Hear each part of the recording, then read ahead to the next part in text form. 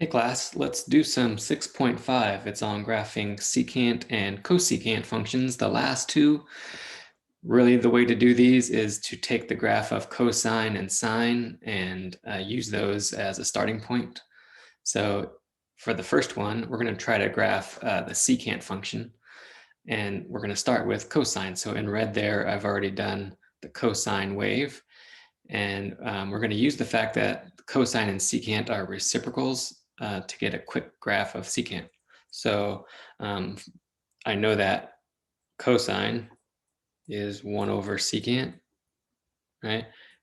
Also, secant is 1 over cosine, right? So that should help me in the graph. So let's do this in blue and we'll get a graph. One thing to note is the places where my cosine graph is 0 or crosses the x-axis. If the cosine is 0, right, 1 over 0 would be undefined. So any place where cosine is 0, you get an asymptote for secant. So that makes sense because of the reciprocal thing. Okay. And then how about places where the cosine is at the max or the min, right? So here,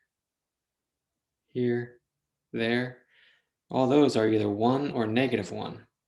And what's the reciprocal of 1? Well, it would be 1 over 1, which is 1. So all of those points should match. Same with -1. Right? So the graph, oops, I forgot some more asymptotes over here. So the graph of secant is going to touch the graph of cosine at those max and min points. Then finally, let's look right in this area right here, right? As the cosine graph decreases, goes down towards that asymptote. As cosine gets smaller and smaller, the reciprocal is going to get bigger and bigger, opposite. Right? So what's going to happen there is the graph starts here and it's going to just rise towards that asymptote. And that's going to happen at every asymptote from both sides. So as you go this direction, it's going to rise, right? Same over here. So you're going to get these little curves between the asymptotes. That's just half of one there for your graph. Okay, so that's what secant looks like. It's just kind of the reciprocal of cosine. All right. You could do something similar for sine because the reciprocal of sine is cosecant. So every place where you see the graph cross the x-axis, you're going to put an asymptote. Okay, and then all the places where you have a max or a min on sine, you put a dot. It's going to touch there, and then put those curves between the asymptotes, increasing towards the asymptotes. I guess I didn't put one there. All right, and so that's the pretty graph of cosecant. Okay, some properties of these graphs. The range, -infinity to infinity for both of them, right? Because they just go on vertically in both directions. There's no ending max or min, right? They just keep on going up and down all the way to infinity. Asymptotes, where are your asymptotes for secant? They were at pi over 2, 3 pi over 2, 5 pi over 2, 7 pi over 2, or odd pi over 2s. So a good way to write that, an odd number is 2n plus 1 pi over 2. Talking about n is any integer.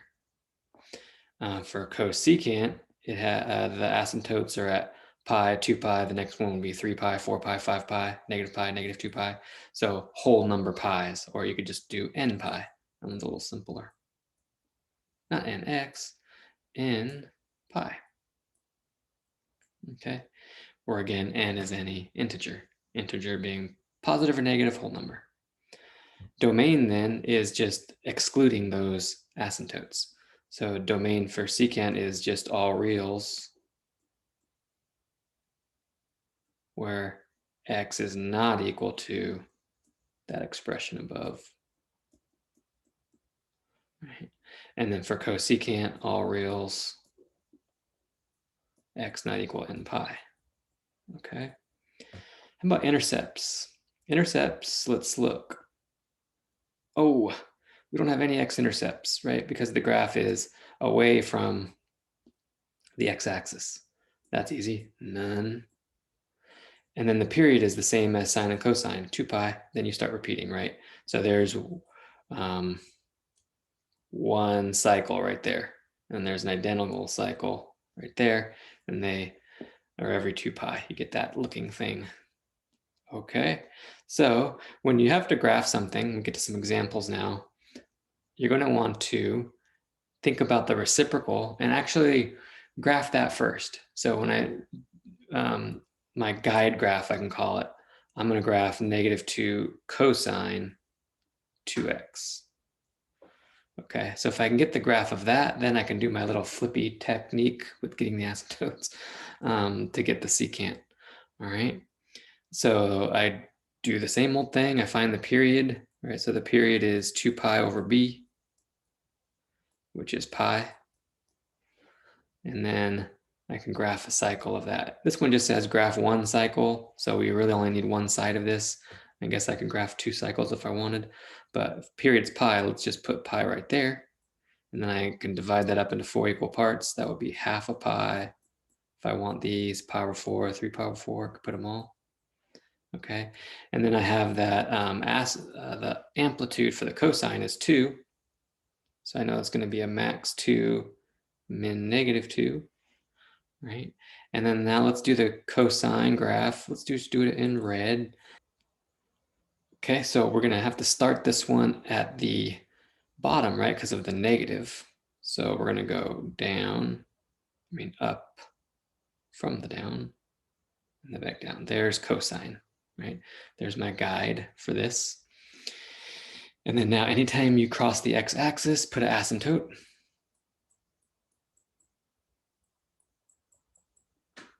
Okay, and then now now let's go to blue because that's going to be actually my graph. Any maximums or minimums, it's going to touch that guide graph. And then you just flip it over. So I got a couple half curves at the bottom and that full one up top. So there's one cycle of that graph, right? So that's in blue. Okay. Let's try another one. Here we have cosecant.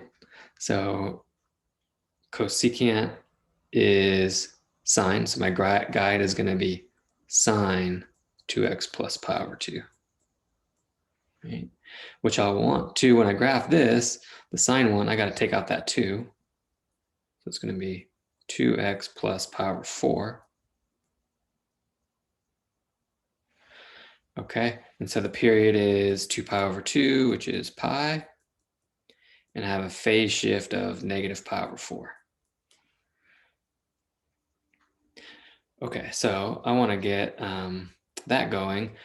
I'm going to start a cycle at negative pi over 4 where the phase shift is, and then it's going to end at pi.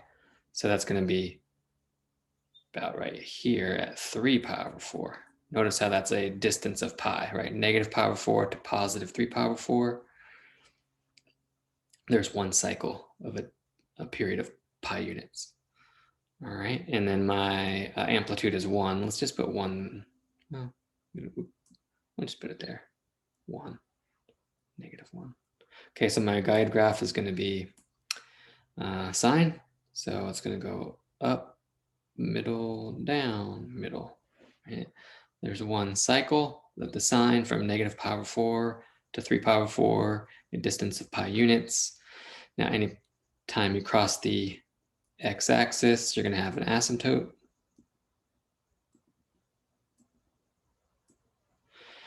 Okay, and then you can get the graph. It's going to be in here. Touch the max, touch the min, and go down. There's your cycle. Okay, so not too bad. If you got the sines and cosines down, this is just one additional step, really, getting that graph. Let's try this one. This one has a vertical shift we'll have to play with. So it's my guide graph is going to be cosine because it's secant.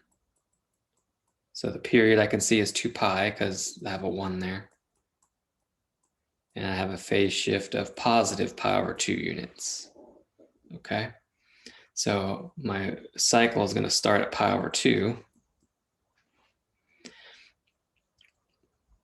and it's going to end at pi over 2 plus 2 pi, which is 5 pi over 2, I guess, which would be over here. That would be an interval of 2 pi. We'll just extend it out a little bit to get that one cycle. Okay, so cosine with a shift of 1, right? So we're going to have to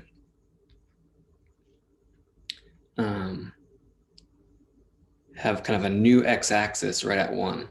And then your max is going to be at 2 and your minimum at 0 because the amplitude is 1, right? So start at 1 and then go up 1, down 1 from there. And so you can kind of see where it's going to be graphed there. That cosine look starts at the max and then goes to the middle, minimum, middle, max. So there's your one cycle. A little bit off my given grid here. Okay, so now any place where you cross that new x-axis, you're going to have an asymptote. So don't think about the regular x-axis. Think about this new x-axis right here. So I'm talking about there's going to be an asymptote there and there. And then now we can do the flippy to get the graph. So it's going to be there, there, and there. Okay. If you wanted more cycles, you can just continue that pattern and keep it going. All right. Did it say anything about more than one? No, this is still just one cycle is all we need. Okay. But if you wanted more, just, once you have the pattern, right, this would just keep on going.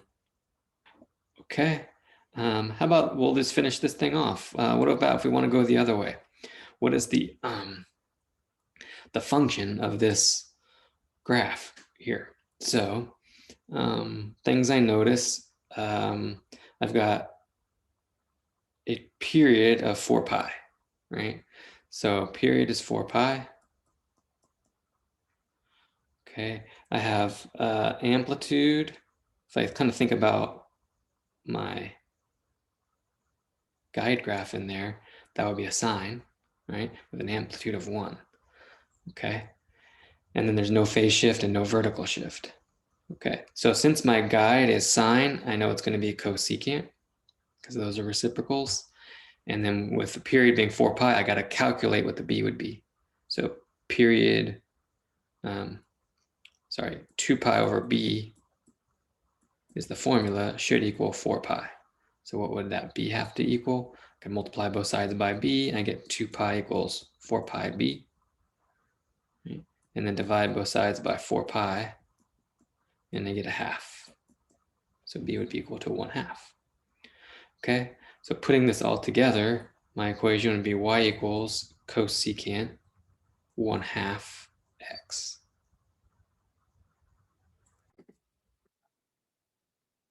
Okay, let's try number 5. This one, I'm looking at it and I'm trying to think about what the guide graph would be. And the way to do that is, I see that it's going to hit here, right? And then go down to there and then back up. Right? So I got to make it curvy. You can see it's happening something like that, right? So what that pattern is cosine, right? Up, down, back up. So I know then that this one has got to be of the form, let's back that up. Let's just do this in blue. Y equals c plus a secant bx, right? Because cosine and secant are reciprocals. So I've got to find a, b, and c. So this one definitely has a c because I can see there's a shift up, right? So there's the middle of the graph right there. So I have a vertical shift of 1, which means that c is equal to 1. A is the amplitude of the cosine graph here, which is 1, right? So that distance right there, 1 up to 2, that would be a distance of 1. So because amplitude is 1, A is 1, right? So I got C1, A1. Now how about B? B has to do with the period of this. This is going from negative pi over 2 to 3 pi over 2, one full cycle. that's a distance of 2 pi. Do you see that? So I'm kind of thinking of, because that's a negative pi over 2, adding pi over 2 and 3 pi over 2, right? For the total period, which would be 4 pi over 2 or 2 pi. Okay, so the period is 2 pi. Anytime your period is 2 pi, you can almost just automatically b equals 1.